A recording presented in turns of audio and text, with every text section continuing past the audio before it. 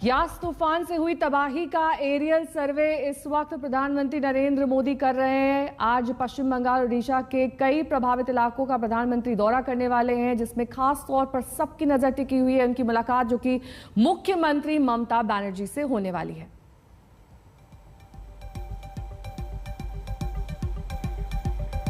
तो आपको ये तस्वीरें हम दिखा देते हैं जब प्रधानमंत्री नरेंद्र मोदी भुवनेश्वर में हैं और इस वक्त मुख्यमंत्री नवीन पटनायक के साथ आप उनको इस मीटिंग में देख रहे हैं, जहां पर तमाम अधिकारी भी शामिल हैं। जो नुकसान हुआ है तूफान से प्रभावित हिस्सों में, उनका आकलन आज किया जाएगा और उसके हिसाब से क्या राहत पैकेज हो सकता है, लोगों को किस तरह की मदद पहुंचाई जा सकती है जो सीधे तौर पर तूफान से प्रभावित हुए।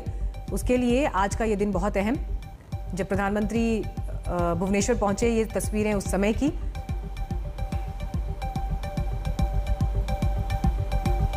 और इस अहम बैठक में भी प्रधानमंत्री इस वक्त मौजूद है और इसके बाद उनका कार्यक्रम है पश्चिम बंगाल जाने का।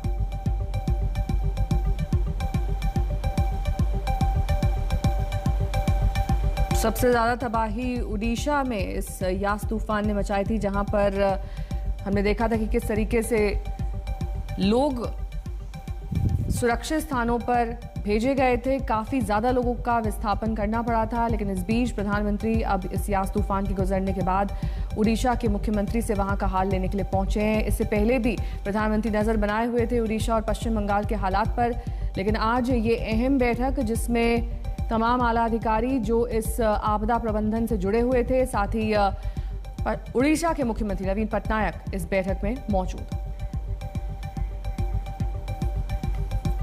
अनुपम मिश्र इस वक्त और जानकारी के साथ हमारे साथ जुड़ गए हैं। अनुपम, भुवनेश्वर में प्रधानमंत्री अभी हैं, इसके बाद वो पश्चिम बंगाल पहुंचेंगे, उनका हवाई सर्वे का भी कार्यक्रम है। आज की समीक्षा बैठक से क्या निकल कर आएगा? जी देखिए, इससे पहले भी पिछले साल अम्फन जब हुआ था, तूफान आया था, उसके बाद भी प्रधानमंत्री आए थे, समीक्षा की थी, देखे थे। इसके बाद राहत पैकेज की घोषणा की थी, जिस पर विवाद भी हुआ था मुख्यमंत्री ममता बनर्जी और प्रधानमंत्री या केंद्र सरकार के बीच में। इस बार भी प्रधानमंत्री आ रहे हैं। पहले भुवनेश्वर उड़ीसा में जो तबाही हुई है उसको हवाई सर्वे करेंगे, उसका आकलन करेंगे, उसके बाद पैकेज की घोषणा कर सकते हैं। इसके बाद वो बंगाल आएंगे। बंगाल में खासतौर पर दक्षिण 24 परगना और पूर्व मिदनापुर में जो तबाही हुई है वहां का हवाई सर्वेक्षण करने के बाद ममता बनर्जी के साथ एक 1-to-1 बैठक होनी है, जहां पर गवर्नर जगदीप धनखड़, धर्मेंद्र प्रधान के भी रहने की बात है, शुभेंदु अधिकारी भी आमंत्रित है। और इस बैठक के बाद प्रधानमंत्री एक कंपनसेशन पैकेज की घोषणा कर सकते हैं। 400 करोड़ रुपए की बात पहले की गई है, लेकिन ममता बनर्जी और चाह रही हैं। तो ऐसे में कितना केंद्र सरकार इस पर आकलन पे निर्भर करता है कि कितना वो पैकेज या जो भी भुगतान है वो करने की के लिए सक्षम है। साथ ही ये भी कहा जा रहा है यहाँ पर अनुपम कि प्रधानमंत्री ने शामिल किया इस मीटिंग में शुभेंदु अधिकारी को, उसको लेकर ममता बनर्जी नाराज हैं। साथ ही जिस तरीके के राहत पैकेज को लेकर तमाम जो वादे किए गए थे उस पर भी वो असंतुष्ट हैं। क्या निकलकर सामने आ रहा है? आज की मीटिंग में ममता बनर्जी और पीएम आमने सामने होने वाले हैं।